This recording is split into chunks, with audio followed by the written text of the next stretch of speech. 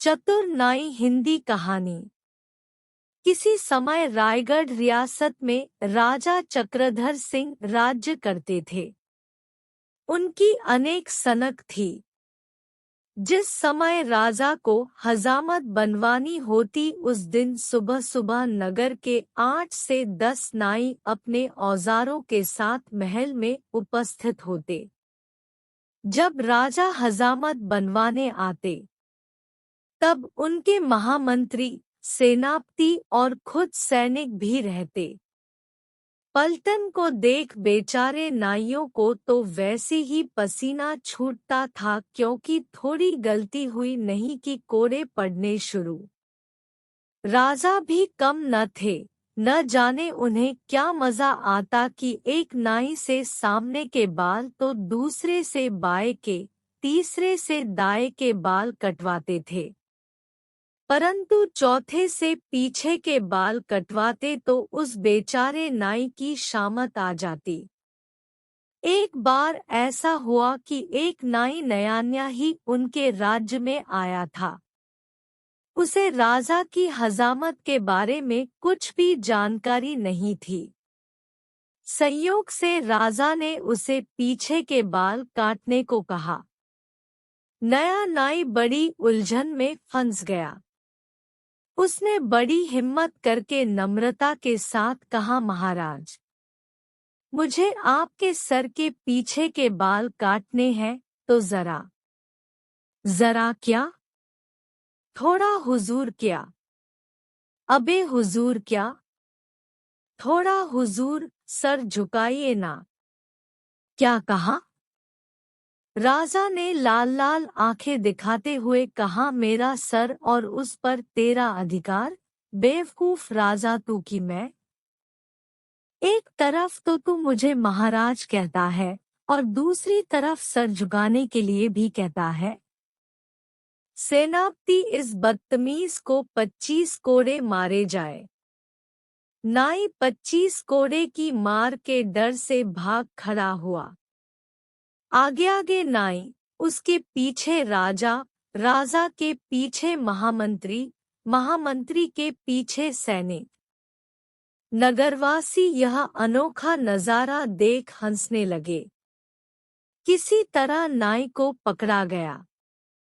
उसने राजा के बाल बनाए।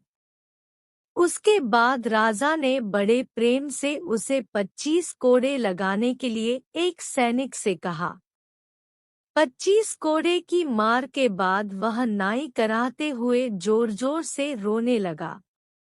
राजा भी आश्चर्यचकित होकर बोले, आज तक कोई भी नाई 25 कोड़े की सजा के बाद तो नहीं रोया जितना तू चिल्ला रहा है।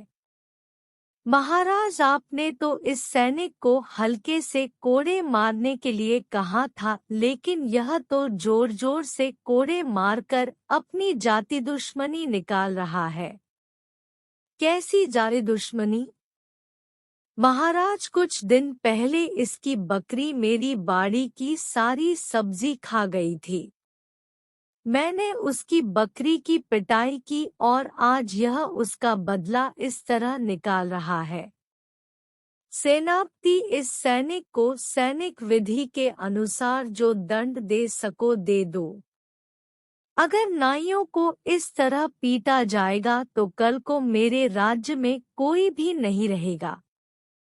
महामंत्री नाई को 5 रजत मुद्रा और 1 स्वर्ण मुद्रा दी जाए। जो आज्ञा महाराज। महामंत्री ने कहा। महाराज, मेरी समझ में नहीं आता कि सजा के साथ यह इनाम कैसा? राजा बोले, तू मेरे राज्य में नया आया है। तूने अपने राजा का सर झुकाया, इसलिए तुझे इसकी सजा तो मिलनी ही चाहिए। यह सजा तो यहाँ हमेशा दी जाती है। मूर्ख, मैं नहीं जानता था कि इतने कोड़े खाने के बाद कुछ दिन तू काम करने योग्य न रहेगा। मैं तेरा राजा हूँ, प्रजापालक हूँ। मैं जब सजा दे सकता हूँ तो इनाम भी दे सकता हूँ, फिर मेरे कारण तेरे बाल बच्चे क्यों भूखे मरे? इसीलिए आर्थिक सहायता के रूप में तुझे इनाम भी दिया जा रहा है। सैनिकों, इसे उठाकर राजकीय दवाखाने ले जाओ।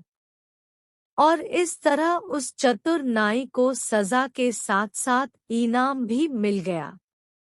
तो आप सभी इस कहानी को पढ़ने के बाद सीख जरूर मिली होगी। तो आपको यह कहानी कैसा लगा कमेंट में जरूर बताएं, और ऐसी नई नई कहानी को सुनने के लिए चैनल को सब्सक्राइब जरूर करें।